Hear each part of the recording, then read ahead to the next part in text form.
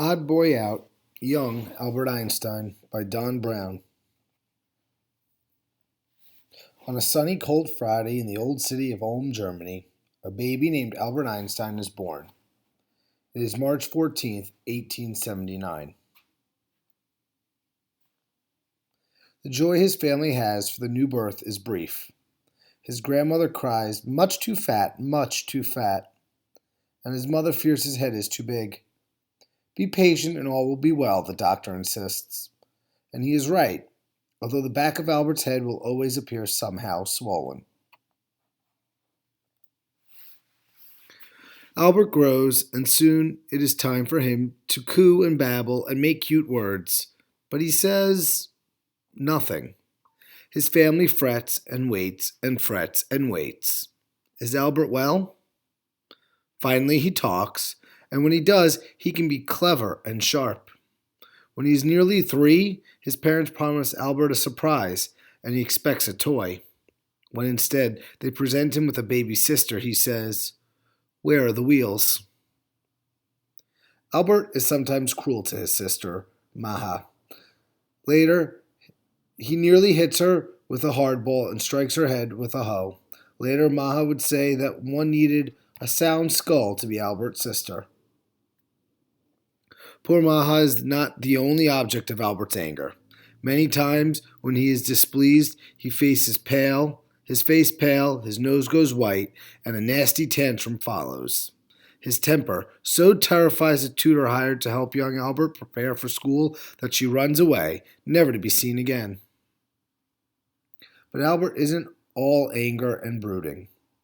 To two things he enjoys, he brings a single-minded attention. Houses of cards captivate him, and he builds one 14 stories high. A simple compass, a gift from his father, astonishes Albert.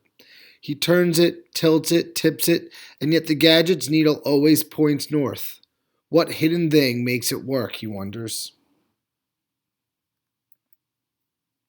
The Einsteins moved to the large city of Munich. There, Albert's parents encourage his independence and take the unusual step of allowing 4-year-old Albert to wander the streets unattended.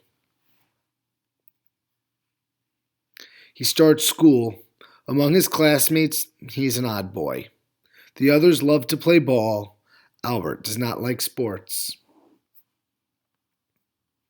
Soldiers on parade excite the boys.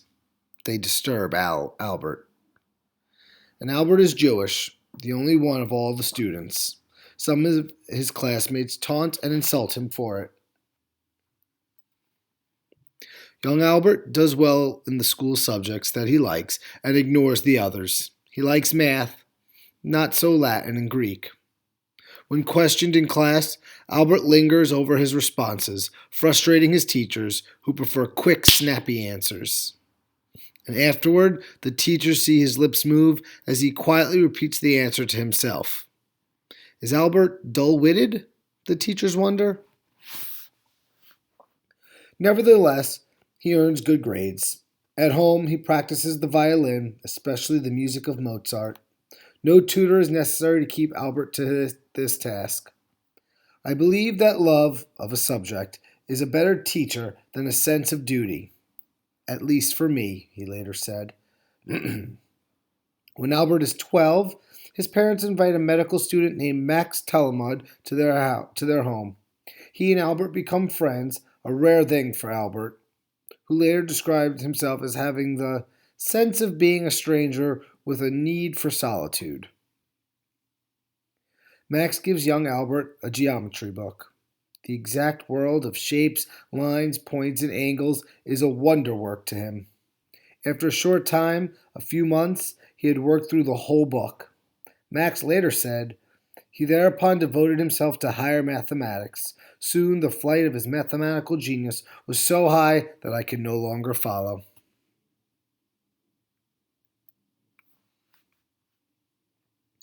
Unlike the charms of math, other schoolwork bores Albert.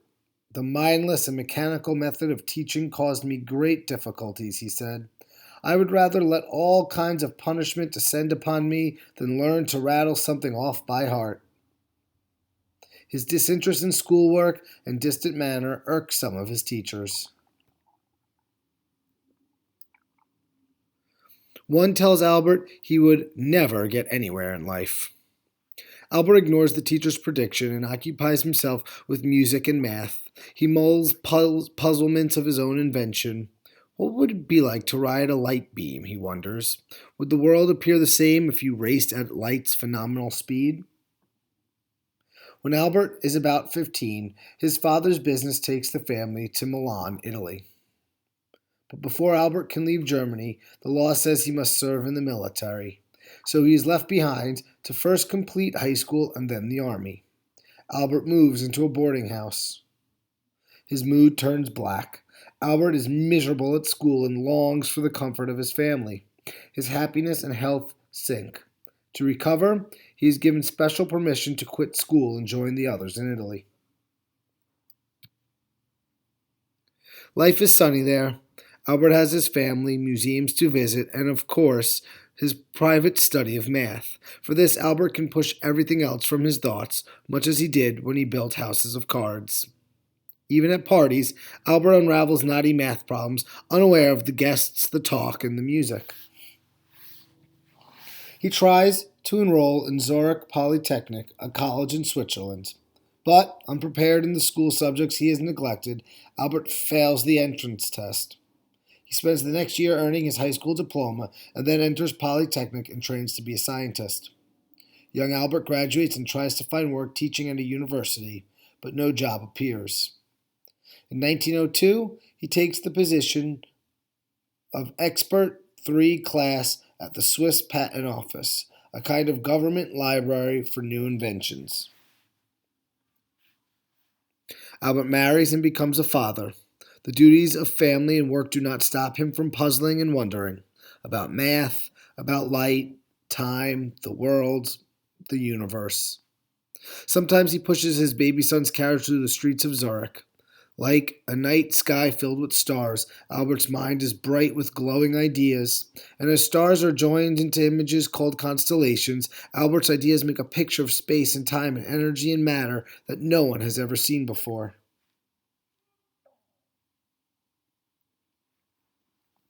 Albert says that light is made up of tiny bits of energy called photons that behave like a spray of water from a hose. He says that everything is in motion, and when something moves very fast as light, strange things happen, like clocks running slower and objects becoming shorter. Albert says that something as tiny as a grain of sand is the vessel of unimaginable energy. For scientists, Albert discoveries mean the photoelectric effect, theories of relativity, and E equals mc squared. For the rest of us, his ideas mean automatic door openers, television, space travel, and atomic energy. For Albert, his work earns him a great award, the Nobel Prize. He becomes famous, but to him, fame is like the hubbub of his parents' parties, something to be ignored while he enjoys wonders and puzzlements of his own invention. For the world, Einstein comes to mean not fat baby or angry child or odd boy, but great thinker.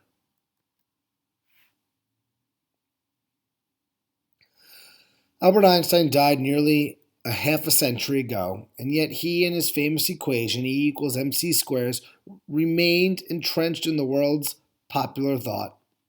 Despite this familiarity, many misunderstandings and misconceptions have grown up around Albert Einstein. E equals mc squared, the equation joining matter and energy, is possibly the most famous equation ever conceived, but it did not earn Einstein the Nobel Prize. In 1921, the prize in physics went to On the Electrodynamics of Moving Bodies, Einstein's thoughts concerning the nature of light. That work, as well as E equals mc squared and the special theory of relativity, were all completed in 1905, often referred to as Einstein's Annus Mirabilis, a miracle year. The miracle wasn't underwritten by a research grant or university stipend, but was the product of moments stolen away from his duties as patent examiner, father, and husband. Einstein did not invent the atom bomb. In 1939, he wrote a letter to President Roosevelt suggesting that the Nazis planned to build one and proposed the need for more American nuclear research. Nearly disregarded, the letter eventually inspired the Manhattan Project and the task of building an American atomic bomb. But Einstein played no role in its construction and was banned from the project as a security risk for his socialist politics and pacifism. Albert Einstein died in New Jersey in 1955. The doctor who performed the autopsy to determine the cause of death, heart failure, made off with Einstein's brain and kept it in a jar for more than 40 years. Its fate is described in Michael Paterniti's enchanting book, Drive, Mr. Albert, A Trip Across America with Einstein's Brain.